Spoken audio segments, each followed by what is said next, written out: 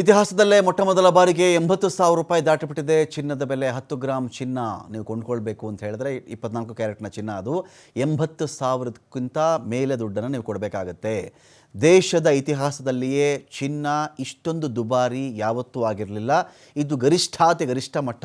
ಈ ಕ್ಷಣಕ್ಕೆ ನಾವು ಮಾತನಾಡೋದಾದರೆ ಅಪರಂಜಿ ಚಿನ್ನ ಅಂತ ಕರೀತಾರೆ, 24 ಕ್ಯಾರೆಟ್ ಚಿನ್ನ ಅಂತ ಕರೀತಾರಲ್ಲ, 80,142 ರೂಪಾಯಿ ಕೊಟ್ಟರೆ ನಿಮಗೆ 24 ಕ್ಯಾರೆಟ್ನ 10 ಗ್ರಾಮ್ ಚಿನ್ನ ಸಿಗುತ್ತೆ. ನಿಮಗೆ ಅಪರಂಜಿ ಚಿನ್ನ ಅಂತ ಕರೀತಾರಲ್ಲ ಆ ಒಂದು ಚಿನ್ನ ಸಿಗುತ್ತೆ ಇಲ್ಲಿ. ಈಗ ನಾವಿಲ್ಲಿ ಇವತ್ತು ಮಾತ್ರ ನಾವು ಕನ್ಸಿಡರ್ ಮಾಡಿದ್ರೆ 10 ಗ್ರಾಮ್ಗೆ 689 ರೂಪಾಯಿ ಇವತ್ತು ಏರಿಕೆ ಆಗಿರೋದು. 24 ಕ್ಯಾರೆಟ್ ಚಿನ್ನದ ಬಗ್ಗೆ ನಾನು ಮಾತಾಡ್ತಾ ಇದ್ದೀನಿ. ಈ ವರ್ಷ ಜೂನ್ ವೇಳೆಗೆ ಎಷ್ಟಾಗುತ್ತಪ್ಪ, 80,000ನೇ ಜಾಸ್ತಿ ಅಂತ ಮಾತಾಡ್ತಿರೋ ಕಾಲದಲ್ಲಿ ಇದೇ ವರ್ಷ ಜೂನ್ನ ವೇಳೆಗೆ ಚಿನ್ನದ ಬೆಲೆ 85,000 ತಲುಪುವಂಥ ಸಾಧ್ಯತೆ ಇದೆ. ಚಿನ್ನದ ಬೆಲೆ ಏರಿಕೆಗೆ ಲಗಾಮ್ ಹಾಕದೇ ಇದ್ದಲ್ಲಿ ಇದನ್ನೂ ಗಗನಕ್ಕೆ ಏರಬಹುದು, 1 ಲಕ್ಷ ಕೂಡ ಆಗಬಹುದು ಅಂತ. ಒಂದೆರಡು ವರ್ಷಗಳಲ್ಲಿ 10 ಗ್ರಾಮ್ ಚಿನ್ನಕ್ಕೆ 1 ಲಕ್ಷ ಆದರೂ ಆಶ್ಚರ್ಯ ಇಲ್ಲ ಅಂತ ಹೇಳ್ತಾರೆ. ಗ್ರಾಮ್ಗೆ 10,000 ಆದರೆ 10 ಗ್ರಾಮ್ಗೆ 1 ಲಕ್ಷ ಆಗುತ್ತೆ.